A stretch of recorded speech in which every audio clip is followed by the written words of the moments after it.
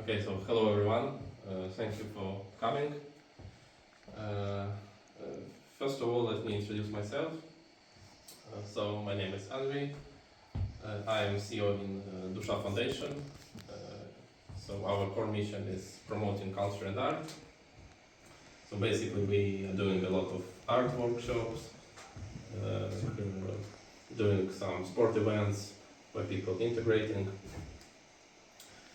Also, I'm senior PHP developer in Notzovanie.pl, where we try to make the best booking platform in the world. And I'm also a tennis instructor in Sport by Dusha. This is a side project of our foundation. So if you want to learn how to play tennis, I can help you with that. I'm pretty active on GitHub, so you can follow me. And also I'm blogging on Pianica Programista blog. So if you're interested, you can also find some my posts there. So here is an agenda, some topics which will be covered in this presentation. So we will talk about tokens, about context window, self-improvement loop, agents, plugins, skills, rules, Claude MD, and settings JSON. By the way, how many of you are using Claude Code like on everyday basis, like regular users? Okay, cool.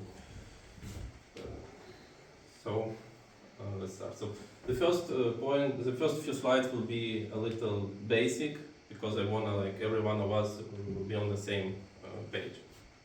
So the first checkpoint is what is Claude Code itself.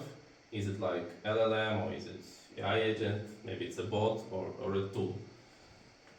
Personally, I very much like this definition. So it's agentic coding tool, and let me explain why it's not LLM, for example, because when we have regular LLM, it acts in a way like you ask, it answers, and it's done. So it's one round tip. And when we have agent, it perceives your prompt, it plans, then it acts, then it observes the result, and if necessary, it repeats. So we have this goal-directed autonomy, and we have this feedback loops, and because of this goal direction, this word agent is suited. So next important thing to understand what is tokens and what is context. Simply because we got bills for our token usage, and it's important to understand what is this. So token, in simple explanations, like a basic unit of text which model process. It's not a word and it's not a character. It's something in between. And internally, there is such mechanism as subword tokenizer. So it's the way how our words, our text, is split into these units, into these tokens. And the core idea of it is it's not constant. This tokenization happens based on the data it trains. So for different data sets, you will get different token sets. And here I prepare a little example of byte pair encoding algorithm, how to build these tokens based on your data set. Here is an explanation how it will work. So we start with individual characters. We repeatedly merge this into pairs and do it repeatedly, and we finish when our vocabulary size is reached. So here is an example. So let's assume that our training data set is these 4 words: low, lower, newest, and wider. So the first step, we split this into characters. Like this spaces, it means that we have L, O, V. Yeah. So this is simple characters, and then we start building pairs.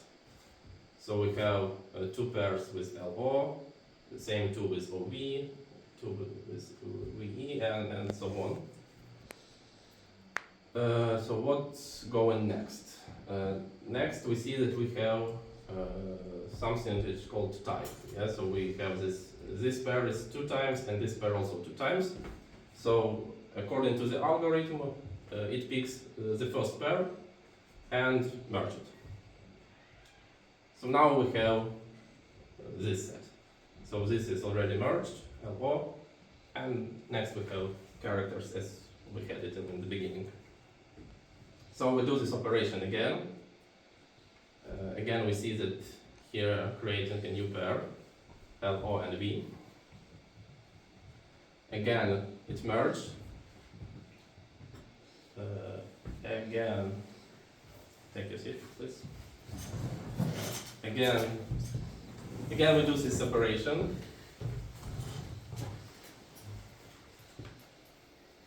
And this is how it finished. So we finished at the point when each pair is 1.